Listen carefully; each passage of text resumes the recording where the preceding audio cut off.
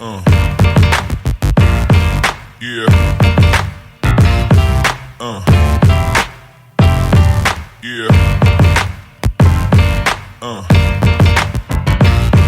yeah. We're back in beautiful North Pole on a very snowy day today, and I'm here to talk about my newest listing. If you're an investor, a flipper, or somebody that's looking for an affordable home, this one might pique your interest. 2010 Greenwood is going to hit the market next week. I believe that's April 7th. And I think it's going to have a pretty impressive price tag on it, leaving a lot of room for improvements for anybody interested. We also already have a home inspection on this one, so go ahead and hit me up on any of the social media sites or my email, phone number, and I'll get that to you.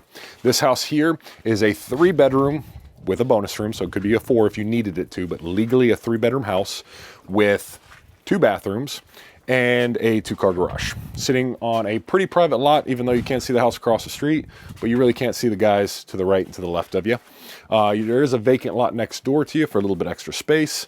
And, well, let's stop talking and get inside and look at the rest of the house. As you can see here, you do have a covered walkway, which is great for exactly what I'm doing here right now. You do have a large driveway that can fit several cars. There's that 2-car garage I talked about, but there's additional parking off to the side as well for RVs or additional vehicles. Got this little paver entry here that leads you into the front door. And when you're in the front door, you got a little foyer entry area with a nice large coat closet for all of your winter needs. Now, this is a tri-level here in North Pole. The middle level is going to need the most amount of cosmetic work. Downstairs is pretty much turnkey, and upstairs could use some updating, but it's pretty much turnkey as well. So we're going to start at the bottom and then work our way all the way up to the top. So currently this is the tenant's bedroom. This can also be used as a bonus room or flex room. If you go on my virtual tour, you'll see that we labeled it some different things. And that's because we believe that that is what the bedroom should be. Great bonus living room if you had maybe a mother-in-law and you want her to live down here or something like that. This is a great space where they can have some privacy, their own entrance in and out of the house. Well, not in and out of the house, but in and out of that living area, and have some privacy. The only downside is the washer and dryer are down here, and these are the only hookups in the house. You do have newer flooring in here, newer vanity, toilet, and a full shower setup. And then the bedroom in here. We left the air mattress so you can see what a full-size bed or even a queen would look like, but this room is too undersized to fit a king-size bed. Closet over there, storage on the walls, but overall everything in here is nice and clean and tidy, ready to go. Closet right there, and stairs.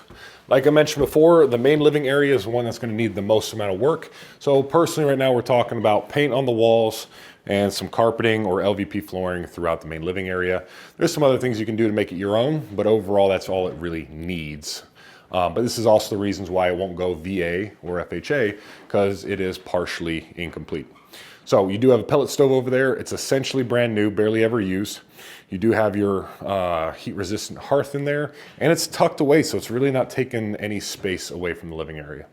Nice large window in front of you, just so you can kind of see what's going on in the neighborhood and anybody coming and going out of your driveway. You do have some pitched ceiling in here. Nice little pony wall before you head over into the kitchen. You have a large peninsula that can sit 3 to 4 bar stools pretty easily. You have your oven, refrigerator. Yes, we have a dishwasher as well, double basin sink, and it overlooks into your backyard.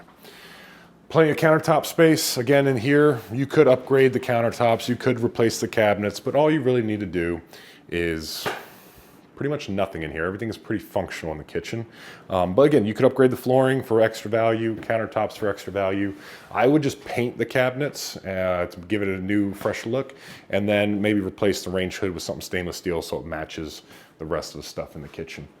This is not a load-bearing wall, so if you do not like this, you could rip it out, but know that you would need a baluster to kind of guard you from the stairwell. So maybe just the pony wall, but there is a little bit of electricity you'd have to reroute to a different area. Out the back here, you have a deck. Your septic system's out that way, and then you have a chicken wire fence that goes all around the backyard. So if you do have pets or anything like this, you have a temporary solution.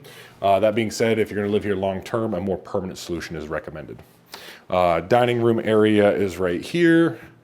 And then, like I said, living room, front door, and everything there. Pretty straightforward layout. We're gonna head upstairs to the last 2 bedrooms and bathroom before we head into the garage.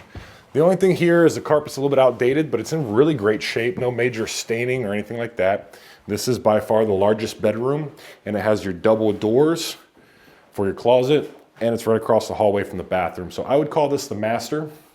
It just doesn't have an ensuite. You have a nice large window here, great closet space, and quite a bit of actual square footage in here. You do have a ceiling fan for those hot summer days. Across the hallway, you got a little linen closet right here, single vanity, toilet, tiled in shower, tub surround, and some sticky tile floors down below. So good to go, ready for you to use, no updates needed. And then the second biggest room is right here. Again, same size window, hot water baseboard, carpet on the floor, and an extremely large closet there. So again, the carpet's just an older style pattern.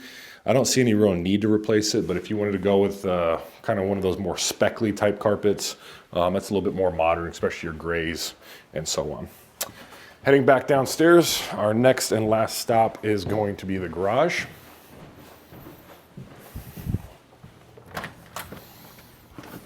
Coming back into the garage, you can see that a nice large car like this Bronco will fit in here no problem. You do have 2 bays, even though this one's currently being used for storage.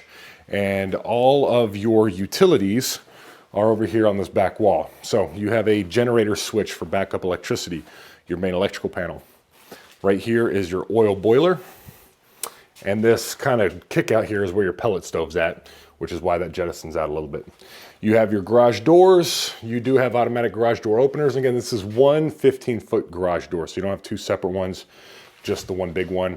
And a man door over there in the back corner, so you can come in and out of the garage as easy as possible. That concludes our tour here. Like I said, great opportunity for any investor, anybody that wants a rental property. This could do pretty well as an Airbnb, but it's also a great property to flip. Buy it cheap, put some sweat equity into it, and then resell it for top dollar. Overall, let me know what you think. This is 2010 Greenwood, hitting the market on April 7th. Yeah.